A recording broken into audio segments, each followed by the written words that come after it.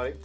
Hey, what's going on? I'm Joe Coffey for PremierGuitar.com, and you are watching our video review of the JamHub TourBus. What we're going to do in this video review is basically walk you through some things and explain how it works and give you an idea of what it sounds like. Right off the top, you'll notice there was a moment when I pointed at this thing. That's when we edited in the actual recorded mix that happens here with the JamHub TourBus model on an SD card. It comes with a 4 gig card. Before I pointed, you notice all you heard was the raw sound of the room. One of the cool things about this unit is it's a completely new product category, so to speak, for practicing. Everybody can hear everybody through their own headphones. It's a little different. It takes a while to get used to playing with headphones all the time, unless you record a lot. Maybe it's no big deal to you. But when you do that, you get your own mix. The cool thing about the JamHub is that everybody can plug in and hear each other. It's a really cool way to get your own personal monitor mix. Take a look at this. So I'm number 2 over here. My guitar is coming in on the inner ring of this knob. My mic is on the outside. I'm not plugged in now, but there's an XLR right here. And so with me being number 2, once I adjust my input volume, I can adjust my headphone volume here. And so can Jordan, who's in number 1. He can adjust me with his number 2 knob. And all the way around the horn, there is a remote set of mixing knobs for the drummer over here, and he is holding a remote. The TourBus model comes with 2 of those. You can plug in at the remote, and same thing, you've got your 7 knobs, 1 through 6 around the piece of the pie, and R for the input in the rear. So basically what you were hearing us do is just kind of goof around. We've been playing together for a total of, what, 3 minutes now? We're just getting to know this JamHub, so we thought we'd plug in and play to see what we could find out. Some key things to keep in mind, first of all, is this is built by engineers who really know their stuff when it comes to sound, hi-fi sound especially. A lot of guitarists are old school and still play with just a mono chord. You'll notice there's no tip ring or sleeve. The 1/4-inch inputs all the way around the JamHub are TRS. So if I plug in like this, I'm only going to come through in my left ear. The JamHub comes with these... this isn't one of them. This is a Radio Shack one, but it comes with 2 different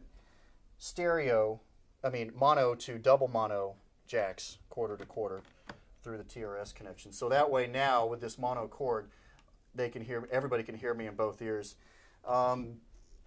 If that's fine for you, that's cool. I highly recommend plugging into a pedal that will allow you to have stereo outs. The Boss Digital Reverb RV5 is a good example where you can plug in mono and come out in stereo. The sweep within the unit through your headphones and in the final product through the speakers makes a big, big difference. This knob over here is a series of 2 knobs into one housing as well. The outer ring is for effects. If you look over here, this effects knob, you have more than a dozen different effects which you can switch separately. They include a church hall, a short delay, reverbs of different types. There's a plate and whatnot. So with this effects knob, you can turn that up and put a little bit of wetness delay or whatever on all the vocal tracks. That only applies to the vocal tracks. This inner knob is for headphones, obviously. Where it says stage, that's actually considered a pan. So right now I'm cranked all the way over here to the right, so you can hear me in the right of your headphones or on your right speaker of the recording.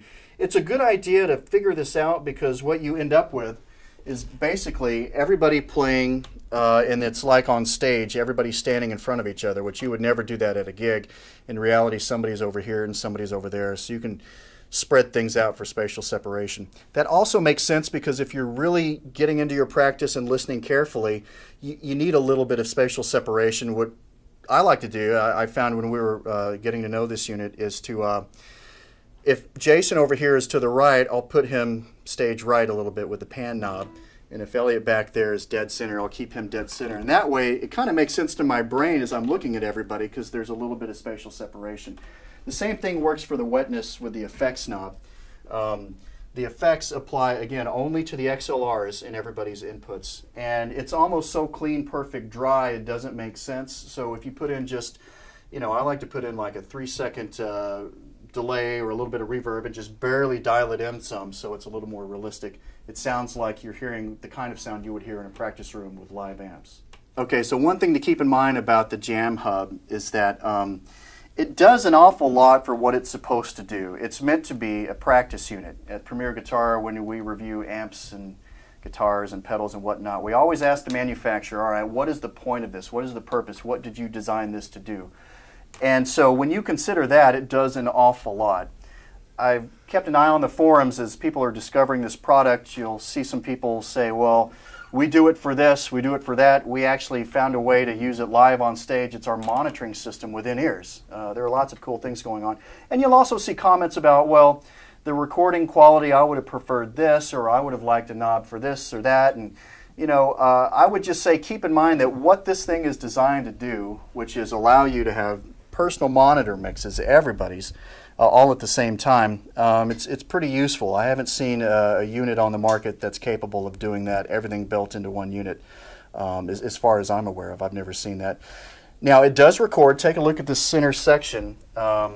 That's how you heard the music we were playing earlier. All right, that's where the SD card is. It comes with a 4 gig card, and it records in, you know, typical CD quality. It's pretty easy to hit the record button twice and you're rolling tape, so to speak.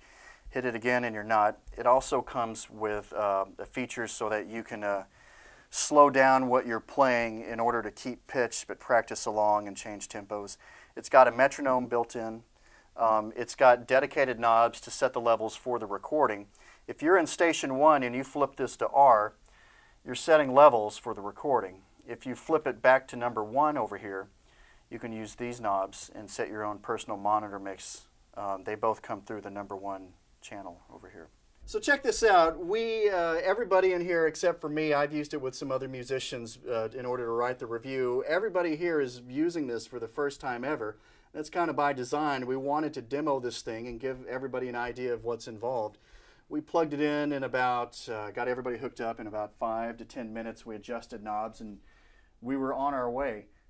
We just put it in the middle of one of the gear rooms here at Gearhead Communications, and as you can tell, we'll play a little bit here, and our camera guy in editing this, he'll take the live room sound and then he'll go to the recorded sound, and you'll be able to tell that, you know, if you have cohabitants where you practice, they will appreciate a unit like this. But one of the cooler things about it is you can really hear everybody. So let's play. You want to count us off, Elliot? 1, 2, 3, 4.